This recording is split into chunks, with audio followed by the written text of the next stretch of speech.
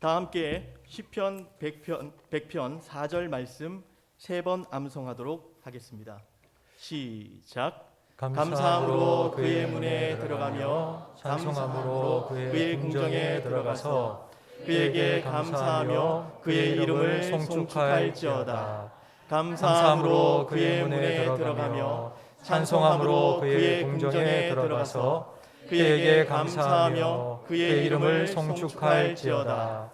감사함으로 그의 문에 들어가며 찬송함으로 그의 궁정에 들어가서 그에게 감사하며 그의 이름을 송축할지어다. 아멘. 하나님 크신 사랑을 증량 다 못하네. 영원히 변치 않는 사랑 성도여 찬양하세. 하나님 크신 사랑을 증량 다 못하네. 영원히 변치 않는 사랑 성도여 찬양하세. 하나님이여, 주의 인자하심이 어찌 그리 보배로우신지요. 사람들이 주의 날개 그늘 아래에 피하나이다. 진실로 생명의 원천이 주께 있사오니 주의 빛 안에서 우리가 빛을 보리이다. 주를 아는 자들에게 주의 인자하심을 계속 베푸시며 마음이 정직한 자에게 주의 공의를 베푸소서. 아멘. 거룩하신 하나님, 우리 아버지, 지난 한 주간도 임마누엘의 약속을 잊지 아니하시고 신실하게 우리들의 삶에 지켜주심을 감사합니다. 오늘 우리의 걸음을 이곳으로 인도하시고 아버지 앞에서 예배자로 서게 하시니 감사합니다. 하나님의 부름을 받고 이 자리에 선 우리 모든 성도들, 하나님을 예배할 때에 하나님을 가까이 하는 것이 내게 복이라 하신 말씀대로 하나님을 가까이하며 예배하는 기쁨과 감격이 넘치도록 회복되게 해 주시옵소서. 우리 예배를 통하여 하나님 홀로 영광 받아 주시옵소서. 예수님 이름으로 기도합니다. 아멘. 전능하사 천지를 만드신 하나님 아버지를 내가 믿사오며 그 외아들 우리 주 예수 그리스도를 믿사오니 이는 성령으로 잉태하사 동정녀 마리아에게 나시고 본디오 빌라도에게 고난을 받으사 십자가에 못 박혀 죽으시고 장사한 지 사흘 만에 죽은 자 가운데서 다시 살아나시며 하늘에 오르사 전능하신 하나님 우편에 앉아 계시다가 저리로서 산자와 죽은 자를 심판하러 오시리라. 성령을 믿사오며 거룩한 공회와 성도가 서로 교통하는 것과 죄를 사하여 주시는 것과 몸이 다시 사는 것과 영원히 사는 것을 믿사옵나이다. 아멘. 자리에 앉으시기 바랍니다. 믿음 찬양대 찬양으로 하나님께 영광 돌리겠습니다.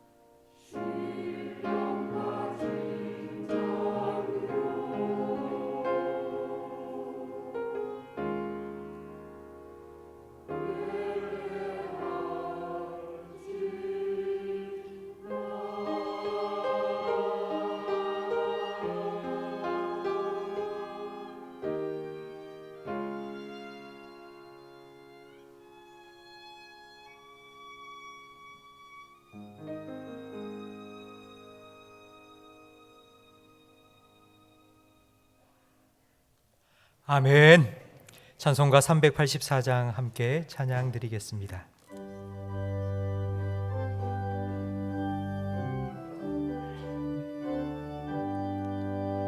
나의 갈 길 다가도록 예수 인도하시니 내 주 안에 있는 긍휼 어찌 의심하리요.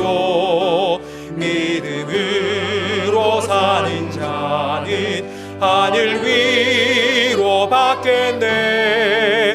무슨 일을 만나든지 만사 형통하리라. 무슨 일을 만나든지 만사 형통하리라. 나의 갈 길 다가도록 예수 인도하시니 어려운 일 당한 때도 족한 은혜 주시네. 나는 심히 고단하고 영혼 매우 가난하. 나의 앞에 반석에서 샘물 나게 하시네. 나의 앞에 반석에서 샘물 나게 하시네. 나의 갈 길 다가도록 예수 인도하시니 그의 사랑 어찌 큰지 말로 할 수 없도다. 성령 감화 받은 영혼 하늘 날아갈 때에 영영 부를 나의 찬송 예수 인도하셨네. 영영 부를 나의 찬송 예수 인도하셨네. 아멘. 마음을 아파야 함께 기도하실 때에 지난 한 주간 우리에게 베푸신 하나님 은혜에 감사 기도를 드리겠습니다. 한 주간 살아오며 주님 앞에 서기에 부끄럽고 부족한 우리의 모습들이 있었다면 하나님께 회개 기도도 드리겠습니다. 오늘 예배를 통하여 하나님 만나는 은혜로 우리를 회복시켜 주셔서 다음 한 주간 하나님 백성답게 세상의 빛과 소금의 사명을 잘 감당하며 살아갈 수 있도록 은혜 베풀어 달라고 우리 자신과 예배를 위하여 통성으로 기도하겠습니다. 하나님 아버지 감사합니다. 한 주간 우리의 삶을 지켜주시고 수많은 사건과 사고 속에서도 안정과 건강을 지켜주셔서 이렇게 하나님 아버지 앞에 마음껏 찬양하며 성도들과 함께 예배하게 하시니 감사합니다. 하나님의 은혜를 기억하며 감사하며 예배할 수 있는 복된 믿음을 우리에게 허락하여 주셔서 감사합니다. 하나님께 감사하며 예배하오니 주님께서 우리 예배를 통하여 영광 받으시고 예배한 우리 모든 성도들의 심령에 은혜를 베풀어 주셔서 하나님 기뻐하시는 거룩한 산 제물로 다음 한 주간 우리를 온전히 드릴 수 있도록 하나님 주님께서 우리 마음에 좌정하시고 하나님의 말씀으로 우리를 온전히 다스려 주시며 하나님의 백성답게 하나님 우리를 변화시켜 주시옵소서. 다음 한 주간 주의 백성답게 세상에서 주님 맡기신 빛과 소금의 사명을 감당하며 살아갈 수 있도록 주님 우리에게 은혜를 더하여 주시고 새롭게 회복시켜 주시옵소서. 예배드리는 우리 모든 성도들의 심령을 주의 성령으로 주장하여 주시옵소서. 예배를 방해한 악한 세력이 조금도 틈타지 못하게 하시며 하나님의 예배하는 기쁨과 감격을 우리 모든 성도들이 온전히 누리게 해 주시옵소서. 하나님의 임재 가운데 깊이 들어가게 하시며 하나님 예배하신 풍성한 은혜 가운데 깊이 잠기게 해 주시옵소서. 예수님 이름으로 기도합니다. 아멘.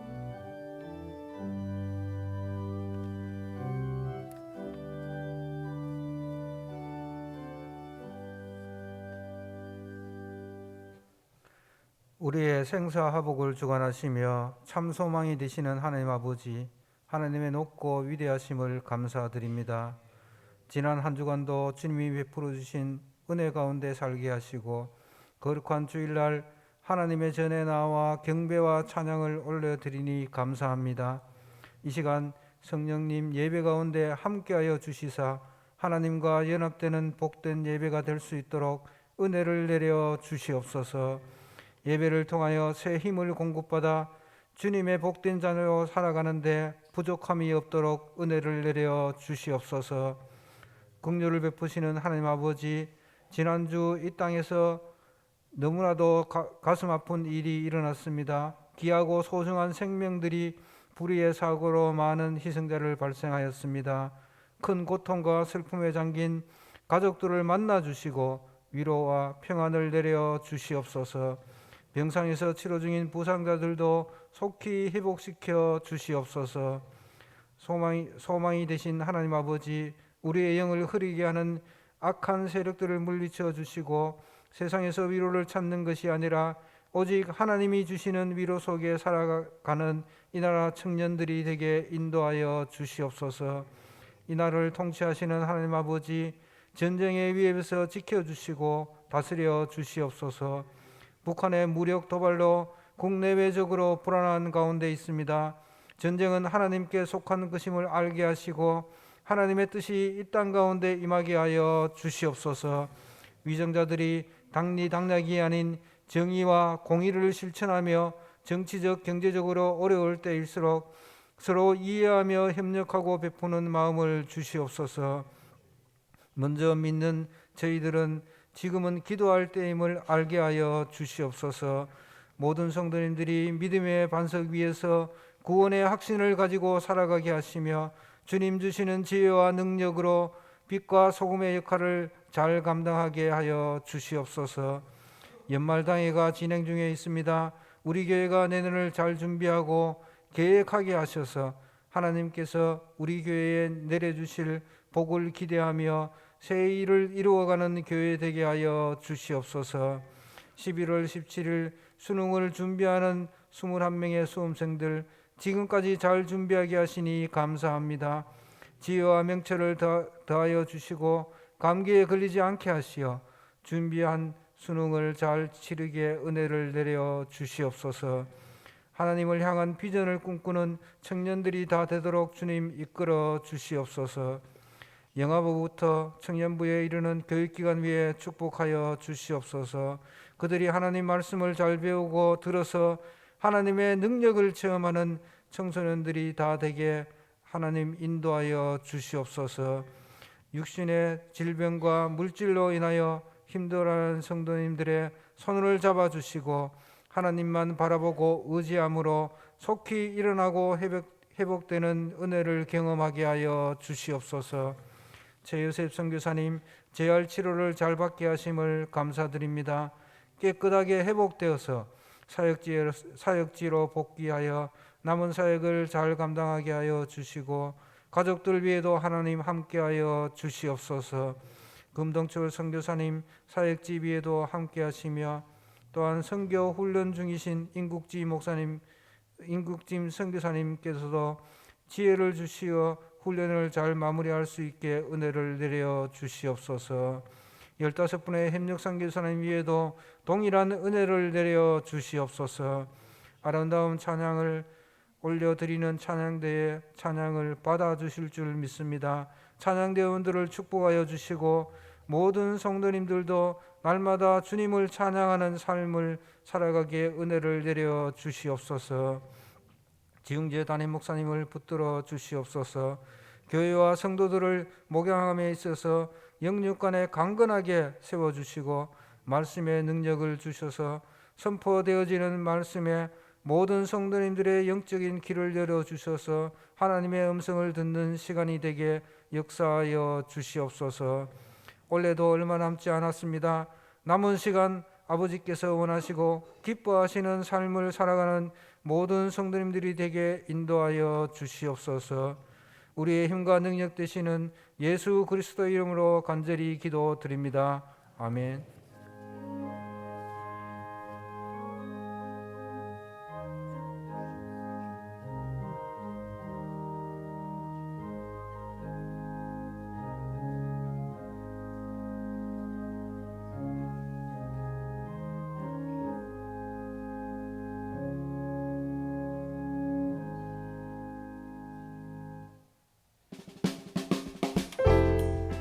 사람을 살리고 키우고 고치는 침산제일교회 11월 첫째 주 교회 소식을 전해드리겠습니다.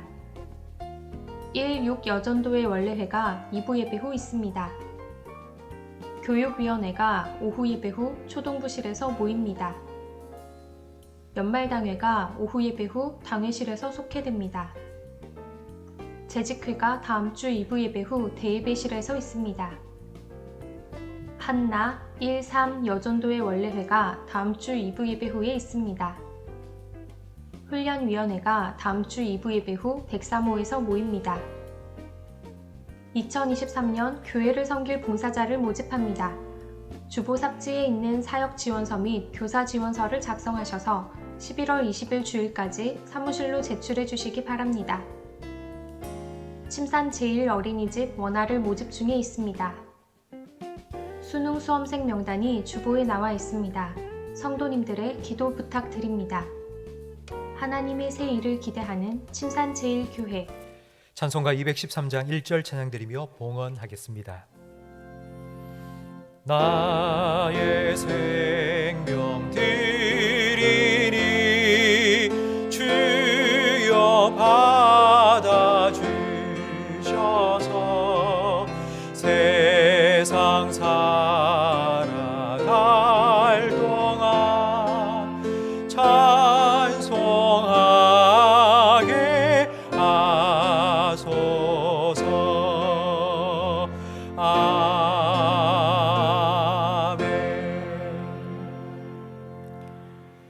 하나님 아버지 감사합니다. 지난 한 주간도 우리의 목자가 되셔서 우리 성도님들의 가정과 직장과 사업과 교회와 그리고 우리 나라를 안전하게 지켜주시고 또 주일날 건강한 모습으로 아버지 앞에 나와 예배할 수 있도록 인도하여 주심을 감사합니다.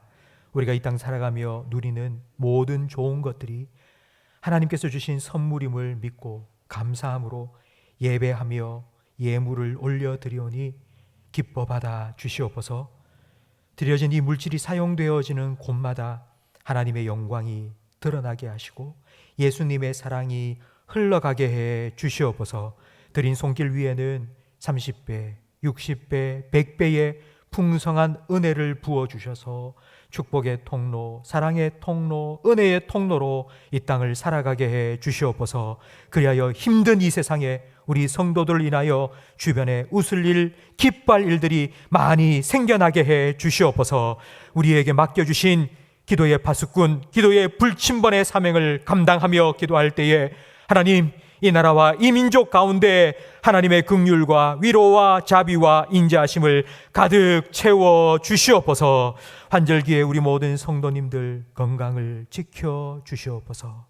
오랫동안 투병 생활 중에 있는 성도님들 주님께서 함께하여 주시고 주님과 함께 긴 고통의 터널을 잘 통과해낼 수 있도록 믿음을 더하여 주시옵소서.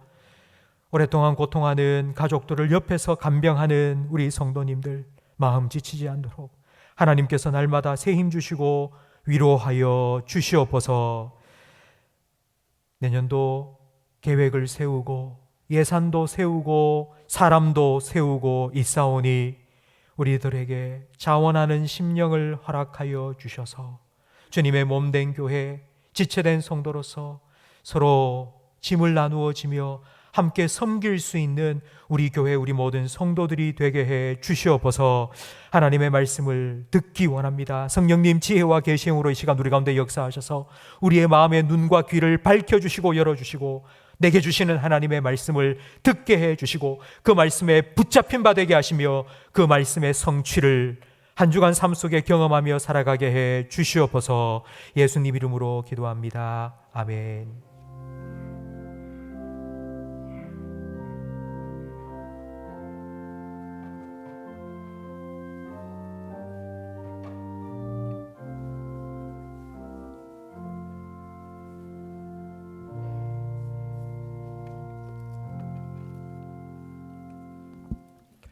창세기 12장 말씀입니다.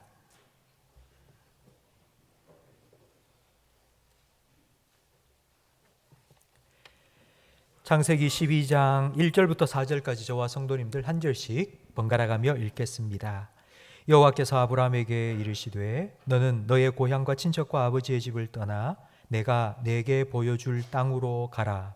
내가 너로 큰 민족을 이루고 내게 복을 주어 내 이름을 장대하게 하리니 너는 복이 될지라. 너를 축복하는 자에게는 내가 복을 내리고 너를 저주하는 자에게는 내가 저주하리니 땅의 모든 족속이 너로 말미암아 복을 얻을 것이라 하신지라.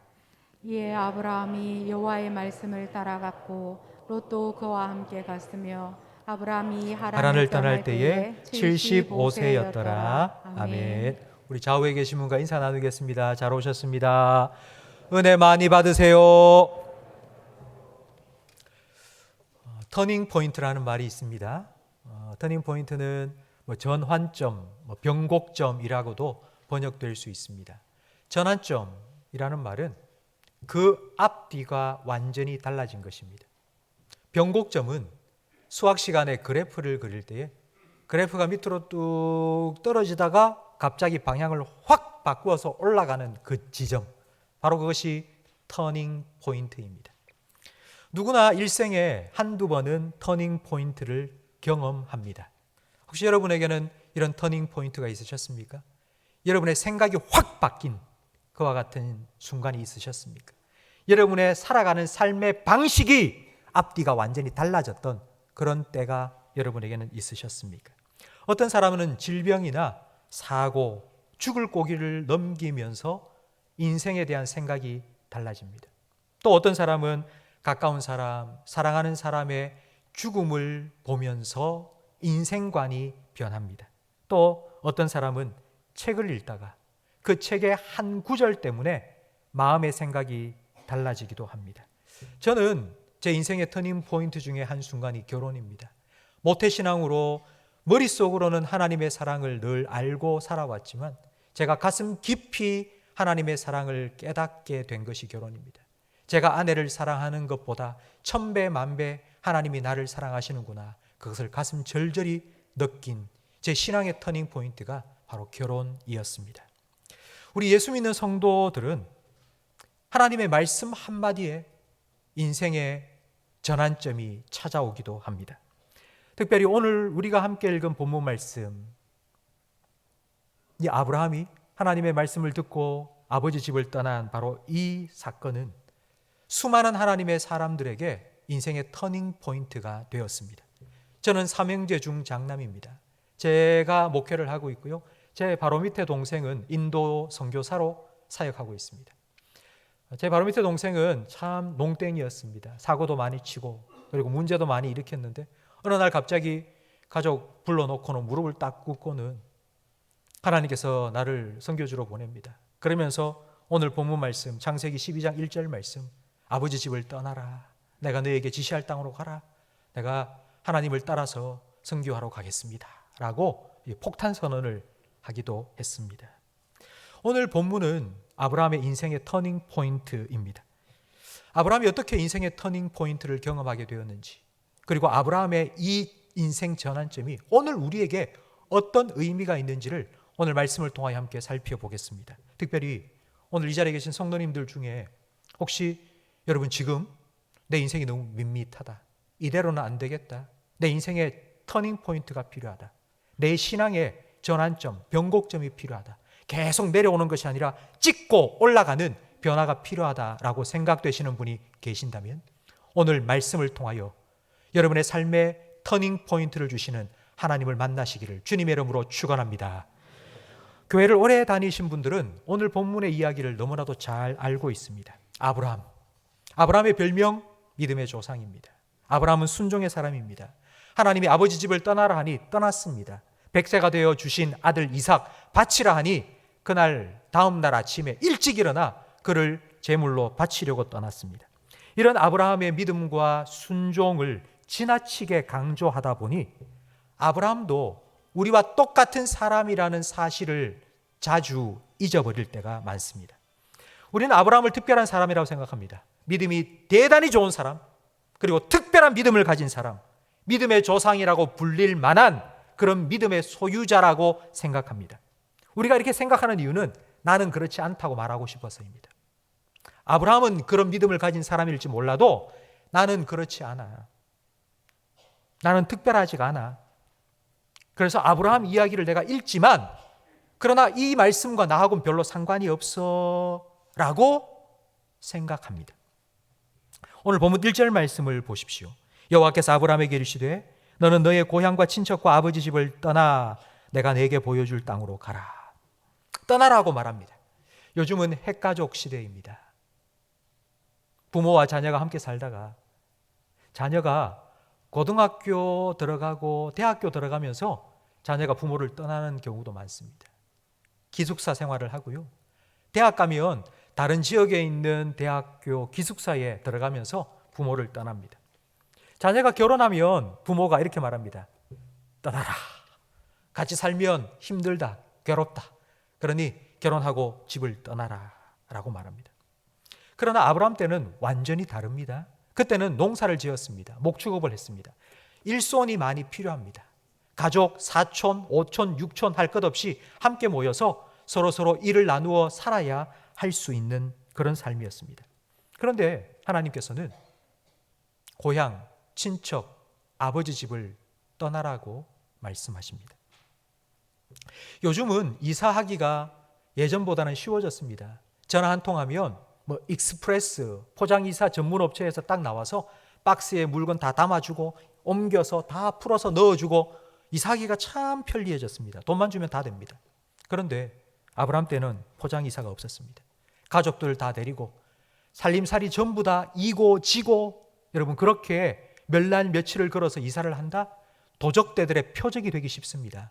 이사를 한다는 건 생명을 건 위험한 일입니다.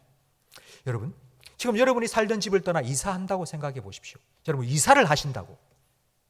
여러분 제일 먼저 해야 될 일이 무엇입니까? 살던 집을 떠나서 이사를 간다. 그럼 제일 먼저 해야 될 일, 제일 먼저 무엇을 해야 되겠습니까? 갈 곳을 정해야 되겠죠. 어디로 갈 길 정해야 되지 않겠습니까? 어느 동네에, 거기는 학군이 어떻고 마트가 가까운지 그걸 다 알아보고 살 집을 정해놓고 이사를 떠나지 않습니까? 그런데 오늘 본문에 보니 하나님께서는 떠나라고 말해놓고는 아브라함에게 정확한 갈 곳을 정해주지 않습니다. 그냥 내가 앞으로 너에게 보여줄 땅, 내가 너를 인도할 테니 무조건 떠나라고. 갈 곳도 정해놓지 않고 이사갈 집도 마련해 놓지 않고 떠나라고 말씀합니다. 오늘 본문 4절 말씀에 보니 아브라함이 그 말씀에 따라서 갔다고 말씀하고 있습니다. 성도 여러분, 만약 하나님께서 여러분에게 이렇게 말씀하셨다면 여러분은 어떻게 하시겠습니까? 아브라함에게 한 이 말은 요즘으로 말하자면 그냥 이사를 떠나라 이 말이 아니고 이민 가라는 말과 같습니다. 저 아프리카 가나에 이민을 가라. 아니면 브라질로 이민 가라. 하나님께서 여러분에게 말씀하셨습니다. 그럼 어디로 어떻게 가서 뭐 하고 살까요? 내가 나중에 다 인도할 테니까 너 고향을 떠나라. 여러분에게 말씀하셨다면 저는 이렇게 말할 것 같습니다. 아니 덮어두고 떠나라 하면 어떻게 합니까? 어디로 갈지 정확하게 말씀해 주셔야죠. 대책도 없고 계획도 없이 가라고 하면 어떻게 합니까? 가르쳐 주세요. 나 못 가겠습니다. 저는 이렇게 하나님께 말씀드릴 것 같습니다. 성도 여러분, 지금까지 제가 설명드린 아브라함의 이 이야기를 들으시면서 어떤 마음이 드십니까? 앞서 제가 말씀드린 것처럼 야, 아브라함은 정말 대단한 사람이야. 어떻게 이런 명령에 순종할 수 있어? 나하고 급이 달라. 나하고 믿음의 급이 다른 사람이야. 나는 아브라함이 가지고 있는 이런 믿음이 나는 없는 사람이니까 그래서 나는 순종 못해. 순종을 나는 못해. 나는 못해. 나는 순종 못하는 게 나는 당연해. 라고 생각을 혹시 하시질 않습니까? 제가 재차 강조하지만 아브라함이나 저나 여러분이나 똑같은 사람입니다. 다를 바 없습니다. 우리는 똑같은 사람입니다. 제가 그 증거를 여호수아 24장 2절 말씀을 통하여 여러분에게 보여드리겠는데요. 여러분 이 말씀을 읽을 때에 오늘 우리 본문 말씀 창세기 12장에 하나님께서 아브라함에게 떠나라라고 말씀하시기 바로 직전에 아브라함이 어떤 삶을 살았는지 나와 있는데요. 아브라함이 과연 어떤 삶을 살았는지 생각하시면서 우리 본문 말씀을 함께 읽겠습니다. 여호수아가 모든 백성에게 이르되 이스라엘의 하나님 여호와께서 이같이 말씀하시기를 옛적에 너희의 조상들 곧 아브라함의 아버지 나홀의 아버지 데라가 강 저쪽에 거주하여 다른 신들을 섬겼으나 내가 너희의 조상 아브라함을 강 저쪽에서 이끌어내어 가나안 온 땅에 두루 행하게 하고 그의 씨를 번성하게 하려고 그에게 이삭을 주었으며. 하나님께서 아브라함에게 말씀하시기 직전까지는 아브라함은 그의 아버지 때로부터 우상을 섬기던 우상 숭배자였습니다. 우리보다도 훨씬 더 못한 사람이었습니다. 그런데 어떻게 하나님 말씀을 듣고 그 말씀을 따라 아버지 집을 떠날 수 있었을까요? 아브라함은 원래부터 믿음이 있었던 사람일까요? 원래부터 믿음이 대단했던 사람으로 태어난 걸까요? 아니요, 그렇지 않습니다. 아브라함이 하나님 말씀을 듣고 따라갈 수 있었던 이유는요, 하나님을 만났기 때문입니다. 하나님이 그에게 찾아와 주셨고 하나님께서 그를 만나 주셨고 하나님께서 그에게 말씀해 주셨기 때문입니다. 우리는 아브라함의 믿음을 자꾸 강조합니다. 아브라함의 순종을 자꾸 드러냅니다. 그러다 보면 상대적으로 아브라함을 만나 주시고 아브라함에게 말씀해 주신 하나님이 점점 작아집니다. 아브라함의 믿음이 대단한 것이 아니라 그런 아브라함의 믿음을 만들어 주시고 성장하게 하신 하나님이 더 위대하신 분이십니다. 이런 오해를 우리가 좀 불식시키기 위해서 제가 성경 말씀 중에 이런 오해를 일으킬 만한 말씀 한 구절을 더 살펴보기를 원합니다. 야고보서 5장 17절 말씀을 우리 함께 화면을 보면서 읽겠습니다. 엘리야는 우리와 성정이 같은 사람이로되 그가 비가 오지 않기를 간절히 기도한즉 3년 6개월 동안 땅에 비가 오지 아니하고 다시 기도하니 하늘이 비를 주고 땅이 열매를 맺었느니라. 아멘. 여러분, 이 말씀 우리는 앞에 말씀 빼놓고 뒤에 말씀 자꾸 생각합니다. 엘리야가 기도하니까 3년 6개월 비가 오지 않았고 기도하니까 3년 6개월 만에 비가 내렸다. 그러면서 우리는 이런 생각을 합니다. 엘리야는 뭔가 대단한 믿음을 가진 사람이야. 엘리야는 대단한 능력을 가진 사람이야. 그런데 이런 오해를 하지 않도록 17절 제일 앞에 보면 이렇게 시작합니다. 엘리야는 우리와 어떻다고요? 성정이 똑같은 인간이라고요. 엘리야나 저나 여러분이나 다를 바 없다고요. 그럼 도대체 이 말씀 속에 요점이 무엇일까요? 이 말씀을 통하여 우리에게 무엇을 알기를 원하시는 걸까요? 엘리야는 대단한 사람이라고, 우리는 그렇지 않다고, 엘리야가 기도하면 응답해 주시지만 우리가 기도하면 응답이 안 된다고, 그걸 우리에게 깨닫도록 이 말씀을 주신 게 아닙니다. 엘리야나 우리나 똑같은 사람입니다. 그런데 엘리야가 기도할 때 3년 6개월 동안 비가 오지 않고 또 기도하니 비가 내린 건 하나님께서 그의 기도에 귀 기울이시고 응답하셨기 때문입니다. 엘리야가 대단한 게 아니고 우리와 똑같은 사람인 엘리야의 기도에 귀 기울이시고 그 기도에 응답하신 하나님이 위대하신 분이십니다. 그 하나님이 저의 하나님이시고 여러분의 하나님이십니다. 이것을 성경은 계속하여 가르쳐주고 알려주고 있습니다. 성도 여러분, 아브라함의 믿음과 순종도 마찬가지입니다. 아브라함이나 저나 여러분이나 똑같습니다. 아브라함이 믿음으로 하나님 말씀을 따라 순종하며 살 수 있었던 건 하나님께서 그에게 찾아와 주시고 만나 주셨고 말씀해 주셨기 때문입니다. 하나님의 말씀, 하나님과의 만남, 바로 이 순간이 아브라함 인생의 터닝 포인트가 되었습니다. 살아계신 하나님, 천지 만물을 말씀으로 창조하신 하나님, 지금도 인간의 생사화복을 주관하시는 하나님, 그 하나님께서 찾아와 말씀하시니 그 말씀을 따라갔습니다. 아브라함의 하나님께서는 지금도 살아계시고 지금도 말씀하십니다. 아브라함의 하나님께서 지금도 여러분에게 찾아와 여러분 만나 주시고 여러분에게 말씀해 주시고 여러분의 삶을 인도하여 주시는 여러분의 하나님이심을 믿으시기 바랍니다. 이것이 바로 아브라함의 믿음을 나의 믿음으로, 아브라함의 믿음을 나의 믿음으로 믿는 믿음의 자손의 믿음입니다. 성도 여러분, 오늘날 우리는 말씀의 홍수 시대를 살아가고 있다고 해도 과언이 아닙니다. 코로나 3년을 지나면서 모든 교회에서 온라인 설교를 제공하고 있습니다. 인터넷, 텔레비전 틀었다 하면요, 하루 종일 봐도 다 볼 수 없을 정도로 말씀이 쏟아져 나오고 있습니다. 그래서 이런 말 들어보셨죠? 홍수 때에 마실 물을 찾기가 어렵다고.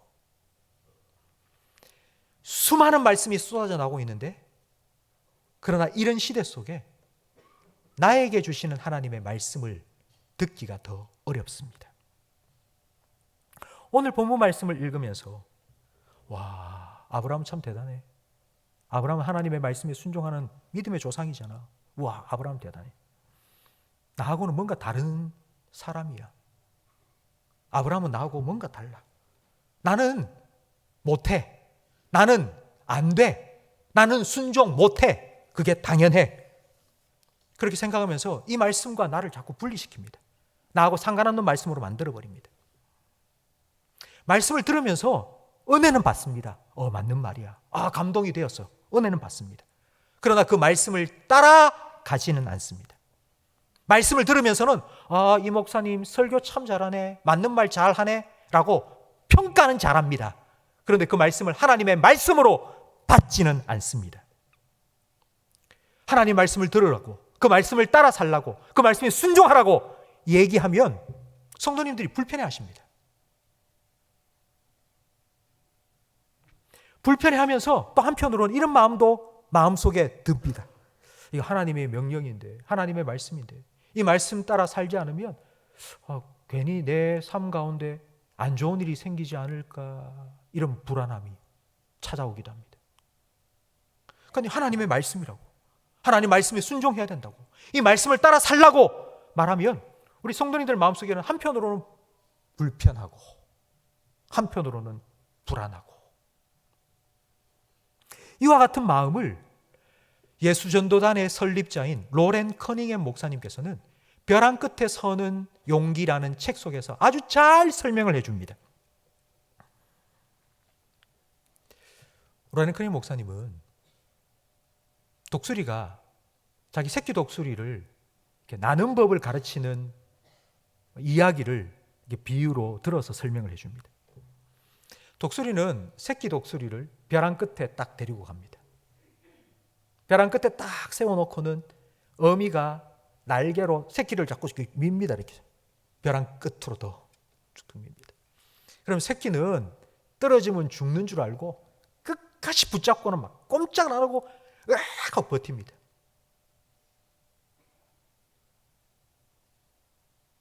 그러니까 이게 우리 그리스도인의 모습이라는 겁니다. 나는 안 가요. 나는 싫어요. 난 하기 싫어요. 난 못해요. 안 돼요. 그런데 어미의 힘이 더 있으니까 툭 미니까 떨어지는데, 떨어지면서 죽겠다고 날개를 퍼덕퍼덕 땅에 떨어질 때쯤 되면 어미가 날아와서 큰 날개로 싹 받아줘서 다시 올라갑니다. 불편하고 불안하지만 한 번, 두 번 그와 같은 훈련을 통해서 날개에 힘을 얻고 추락하는 것이 아니라 비상하게 된다. 이것이 믿음이라고 설명을 했습니다. 성도 여러분, 벼랑 끝에 용기 있게 담대하게 서서 내 이성과 내 지식과 내 이해를 뛰어넘고 한 발자국 더 내디디면 하나님께서 우리에게 믿음의 날개를 활짝 펴 날아올 수 있도록 하나님께서 은혜를 베풀어 주실 겁니다. 바로 이것이 우리 인생의 터닝 포인트입니다. 이사야 40장 31절 말씀을 함께 화면을 보면서 읽겠습니다. 오직 여호와를 앙망하는 자는 새의 힘을 얻으리니 독수리가 날개치며 올라감 같을 것이요. 여러분, 이 말씀의 의미를 이제 이해하시겠습니까? 그냥 안전한데 둥지 안에 딱 들어서서 가만히 이러고 있으면요 평생 날 수가 없습니다. 여호와를 앙망하는 자, 벼랑 끝에 서서 하나님을 믿고 의지하는 마음으로 한 발자국 더 내딛는 자, 새 힘을 얻을 것이라고 믿음의 날개를 쫙 펴고요. 독수리가 날개심에 올라가면 같이 인생의 터닝 포인트가 그에게 찾아올 것이라고 말씀하십니다.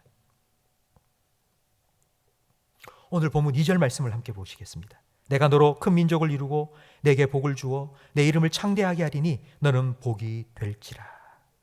1절에 하나님께서는 아브라함에게 명령하셨습니다. 아버지 집을 떠나라고.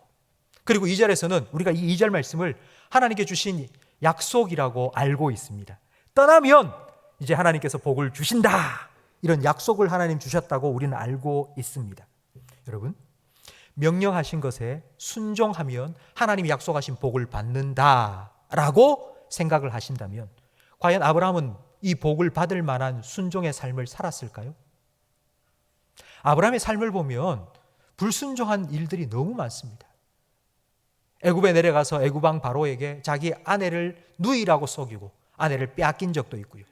자기 여종 하갈을 취하여 이스마엘을 낳는 불순종의 사건도 그의 삶에는 있었습니다. 순종하면 2절 말씀에 내가 너에게 복 주겠다는 약속이 이루어져야 된다고 우리가 알고 있다면 아브라함은 이 복을 받을 만한 순종의 삶보다는 불순종의 삶을 더 많이 살았습니다. 그렇다면 과연 2절 말씀은 어떤 의미일까요? 2절은 네가 순종하면 내가 복을 주겠다는 약속이 아니라 2절 말씀도 1절 말씀과 똑같은, 떠나라와 똑같은 명령입니다. 명령. 2절 마지막 말씀을 보십시오. 너는 복이 될지라. 너는 복이 될지라, 이 말은 이런 의미입니다. 너는 복이 되어라. 내가 앞으로 너에게 복을 주겠다. 복 받을 짓을 많이 해라. 하나님 이렇게 말씀하신 게 아닙니다. 너는 복이 되어라. 이건 하나님 명령입니다. 하나님의 명령이 어떤 의미인지를 창세기 1장에 보면 잘 나와 있습니다. 하나님은 빛이 있으라 말씀하셨습니다. 하나님 명령하셨습니다. 선포하셨습니다. 하나님이 빛이 있으라니 그대로 되었습니다. 하나님은 아브라함에게 네가 이걸 잘 지키고 순종하고 복 받을 짓을 많이 해서 그러면 복을 얻고 산다? 아니요. 그렇게 하신 것이 아니라 너는 복이 되어라. 너는 복이 되어라. 명령하셨습니다. 그렇다면 하나님께서 명령하신 너는 복이 될지라, 너는 복이 되어라, 이 명령을 하나님께서는 어떻게 이루어 가셨을까요? 대를 이을 아들 하나 없는 아브라함, 하나님께서는 100세가 되어서 태가 끊어진 것과 같은, 죽은 것 같은 아브라함에게 이삭을 주셨고 그 이삭으로 큰 민족을 이루게 하셨습니다. 그리고 하나님께서는 아브라함에게 내 이름을 창대케 하리라고 말씀하셨습니다. 내 이름이 창대하게 될 것이라고. 그럼 그 말씀대로, 그 명령대로 아브라함은 믿음의 조상이라는 창대한 이름을 얻게 되었습니다. 전 세계의 모든 예수님 믿고 하나님 믿는 사람들은 아브라함을 나의 믿음의 조상이라고, 내 믿음의 원조라고 아브라함의 이름을 창대하게 하나님께서 만드셨습니다. 아브라함이 믿음이 좋아서, 아브라함이 복받을 짓을 많이 해서 그렇게 된 것이 아닙니다. 하나님께서 빛이 있으라 하니 그대로 만드셨던 하나님께서 너는 복이 되어라 말씀하시고 그렇게 만드셨기 때문입니다. 이 과정을 제가 참 좋아하는 박영선 목사님께서 이 과정을 하나님의 설득이라고 표현하셨습니다. 저는 이 말이 너무 좋습니다. 아브라함이 원래부터 믿음이 좋아서 이런 삶을 산 게 아니고요. 하나님께서 아브라함을 설득하셨습니다. 설득. 우리와 똑같은 인간인 아브라함인데 하나님께서는 아브라함에게 명령하시고 너는 복이 되어라 명령하신 후에 그에게 찾아오셨습니다. 아브라함이 실수하고 넘어지고 자빠지고 그럴 때마다 하나님께서 찾아오셔서는 아브라함의 손을 붙잡고는 나가자 좀. 그리고 하늘 봐라. 하늘의 무별을 봐라. 너 셀 수 있니? 아니요. 내가 너의 후손을 저 별과 같이 많게 해줄 거다. 바다의 모래를 봐라. 내가 너의 자손을 저 모래와 같이 많게 해줄 거라고 하나님께서는 설득하셨습니다. 믿음은 우리가 하나님을 막 의지하고 하나님을 더 붙잡고 우리가 기도를 많이 하고 그렇게 해서 믿음이 생긴 게 아니라 하나님께서 우리를 설득했기 때문입니다. 믿음은 하나님께 설득당하는 것입니다. 성도 여러분, 하나님께 설득당하시기를 주님의 이름으로 축원합니다. 납득이 되지 않아도 하나님께 설득당하십시오. 내 생각으로는 납득이 되지 않습니다. 그러나 하나님께서 되어라, 하나님께서 있으라 말씀하시면 됩니다. 그러니까 하나님의 말씀에 여러분 설득당하시기를 주님의 이름으로 축원합니다.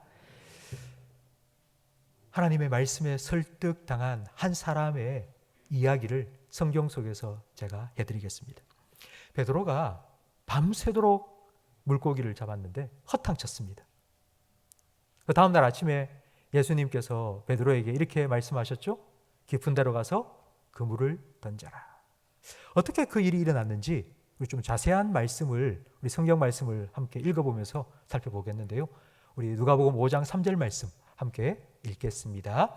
예수께서 배에 오르시니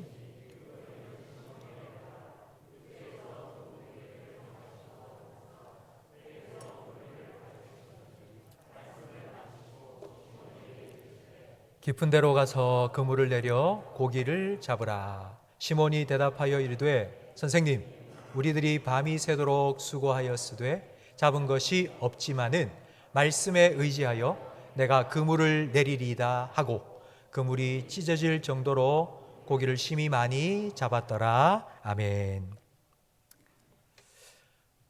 예수님께서 밤새도록 허탕치고 그물 손질을 하고 있는 시몬 베드로의 배 위에 올라서 바닷가에 앉아있는 무리들을 말씀으로 가르쳤습니다.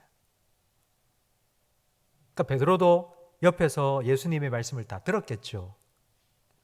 그 말씀을 마친 후에 예수님께서 베드로에게 깊은 데로 가서 그물을 던져라 말씀하셨습니다.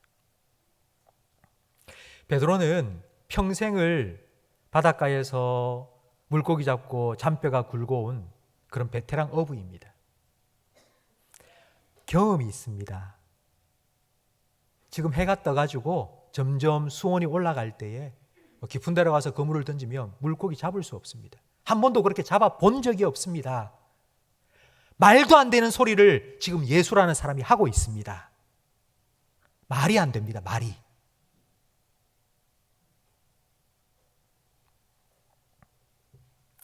예수님은 목수입니다. 베드로는 어부입니다. 근데 어부가 목수의 말을 듣고 물고기를 잡는다고요? 말이 안 될 뿐만 아니라 자존심 상하는 일입니다.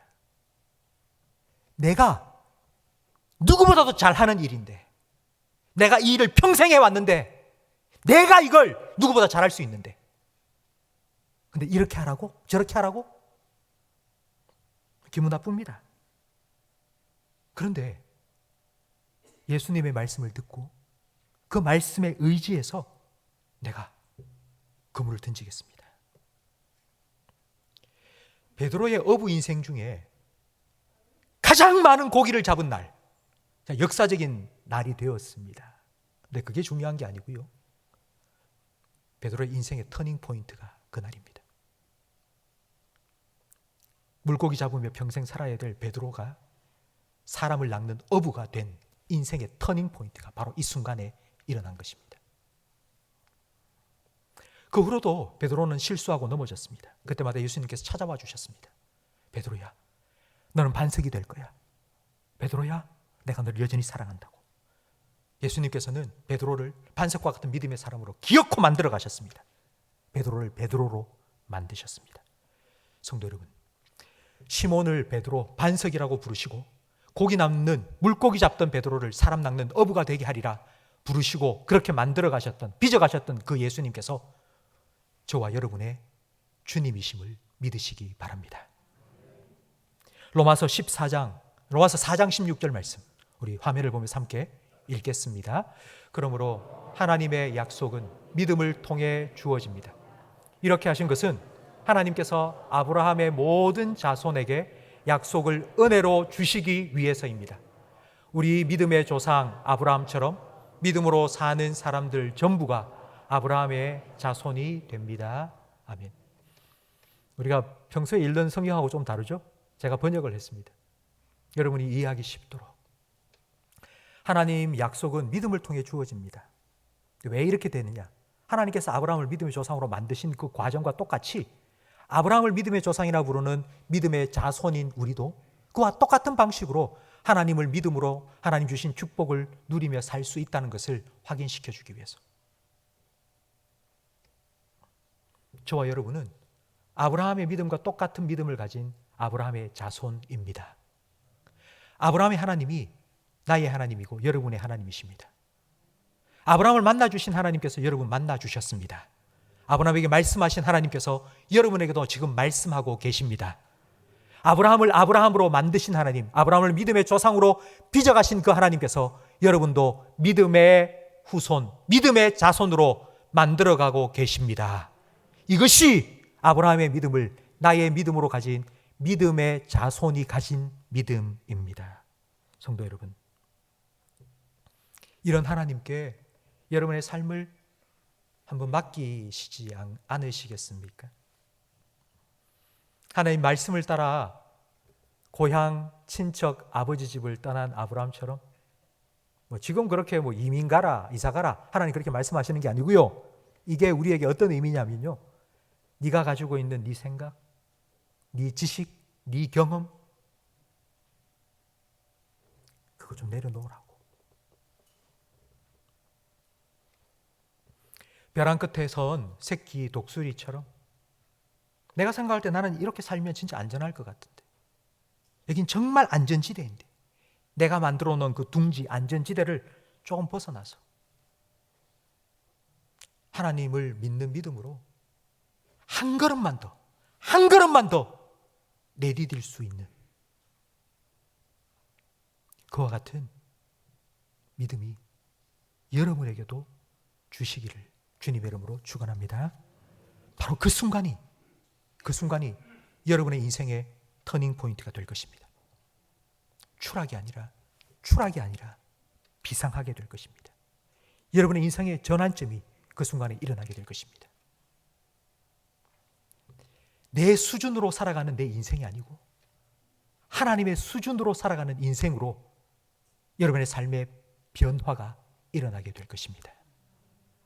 하나님께서는 바로 그 순간으로 우리를 지금도 부르고 계십니다. 아브라함을 부르신 하나님, 아브라함을 만나신 하나님, 아브라함에게 말씀하신 하나님, 내 생각에는 안 될 것 같은데요, 내 생각에는 여기가 더 안전할 것 같은데요, 이렇게 사는 것이 훨씬 더 잘 살 수 있는 것 같은데요 라고 생각될지 몰라도 하나님께서 여러분을 벼랑 끝에 세우시는 그 순간, 그 하나님께 여러분의 삶을 온전히 맡겨드리는 믿음으로 한 발자국만 하나님을 향하여 내디디십시오. 하나님께서 여러분의 손을 붙잡아 주실 거고요, 하나님 여러분의 발을 붙들어 주실 겁니다. 독수리가 날개치며 올라감 같이 여러분의 그 순간 믿음의 날개를 쫙 펼칠 수 있도록 하나님께서 힘 주실 겁니다. 여러분의 삶이 추락이 아니라 비상이 될 수 있도록 하나님께서 여러분의 삶의 터닝 포인트를 만들어 주실 겁니다. 그 하나님을 여러분의 하나님으로 경험할 수 있는 저와 우리 모든 성도님이 되시기를 주님의 이름으로 축원합니다. 오늘 말씀을 생각하시면서 384장 함께 찬양드리겠습니다. 나의 갈 길 주님께 맡기겠습니다. 나의 갈 길 다가도록 예수 인도하시니 내 주 안에 있는 긍휼 어찌 의심하리요. 믿음으로 사는 자는 하늘 위로 받겠네. 무슨 일을 만나든지 만사형통하리라. 무슨 일을 만나든지 만사형통하리라. 나의 갈 길 다가도록 예수 인도하시. 그의 사랑 어찌 큰지, 그의 사랑 어찌 큰지 말로 할 수 없도다. 성령 감화 받은 영혼 하늘 날아갈 때에 영영 부를 나 나의 찬송 예수 인도하셨네. 영영 부를 나의 찬송 예수 인도하셨네. 아멘. 기도하겠습니다. 아브라함을 만나 주시고 믿음의 조상으로 만들어 주신 하나님 아버지, 시몬을 찾아와 주시고 사람을 낚는 어부로, 반석과 같은 믿음의 사람으로 빚어주신 예수님, 오늘 아버지 앞에 나와 예배하는 우리 모든 성도들에게도 찾아가 주시고 만나 주시고 말씀해 주시옵소서. 우리 성도들에게 하나님의 말씀을 들을 수 있는 귀를 열어주시고 영적인 민감함을 허락하여 주시옵소서. 하나님의 말씀을 들으면서 그 말씀이 나와 상관없는 말씀이 아니라 나에게 주신 말씀으로 들려지게 해 주시옵소서. 그래서 그 말씀으로 설득당하게 해 주시옵소서. 내 생각으로는 도저히 납득이 되지 않지만, 이렇게 해서 내가 살아갈 수 없을 것 같지만, 그러나 하나님께 온전히 맡겨드릴 수 있는 믿음의 사람으로 설득당하게 해 주시옵소서. 그리하여서 우리가 금방 찬양드린 것처럼 나의 살아가는 날 동안 주님께서 인도하셨다고, 그래서 내가 무슨 일을 만나더라도 주님께서 내 삶을 형통하게 인도해 주셨다고, 주님 앞에 설 그날까지 영영 부를 나의 찬송의 제목이 예수님께서, 하나님께서 내 삶을 인도하셨다고, 이렇게 하나님을 찬양하며 주님을 높이며 살아가는 우리 모든 성도들의 복된 삶이 되게 해 주시옵소서. 예수님 이름으로 축복하며 기도합니다. 아멘. 우리 구주 예수 그리스도의 은혜와 우리 아버지 하나님의 사랑과 성령 하나님의 내주 인도 위로 교통 충만 역사하심이 아브라함을 찾아와 만나주시고 믿음의 조상으로 만들어 가신 하나님을 나의 하나님으로 믿고 그 하나님께 내 삶을 온전히 맡기며 믿음의 자손으로서 살아가기를 소망하며 다짐하는 모든 성도들 위해, 이들의 가정과 생업과 직장과 자녀들 위해, 우리 교회와 한국 교회 위해, 우리나라와 민족 위해, 전 세계 곳곳에 흩어져 복음 전하시는 선교사님들의 가정과 사역 위에 영원토록 함께 있을지어다. 아멘.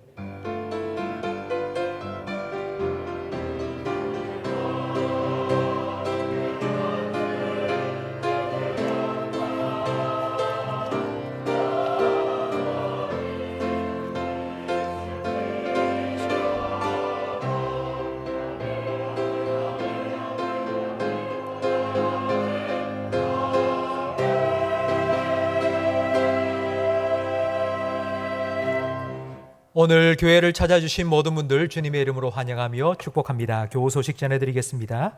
김성근 집사님 모친 장례 위로에 감사하여 오늘 점심 식사를 위해 쌀을 제공하셨습니다. 맛있게 드시고 위로해 주시기 바랍니다. 우리 다 함께 일어나셔서 두 손 높이 들고 주가 일하시네 힘차게 찬양하고 예배 마치겠습니다. 주가 일하시네, 주가 일하시네, 주께 아끼지 않는 자에게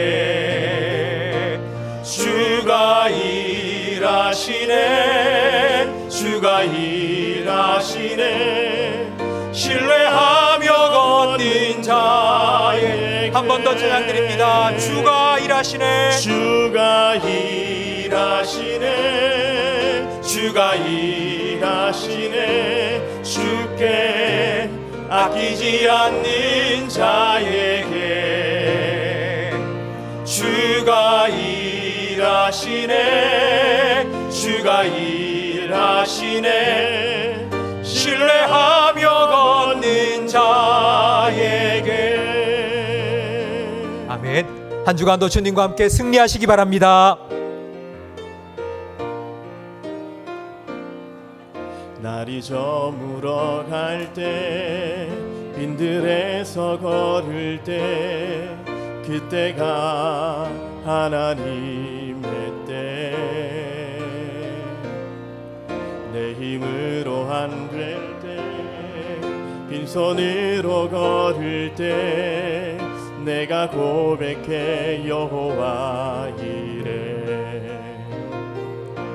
주가 일하시네 주가 일하시네 주께 아끼지 않는 자에게 주가 일하시네 주가 일하시네 신뢰하며 걷는 자에게 주가 일하시네 주가 일하시네 주가 일하시네 주께 아끼지 않는 자에게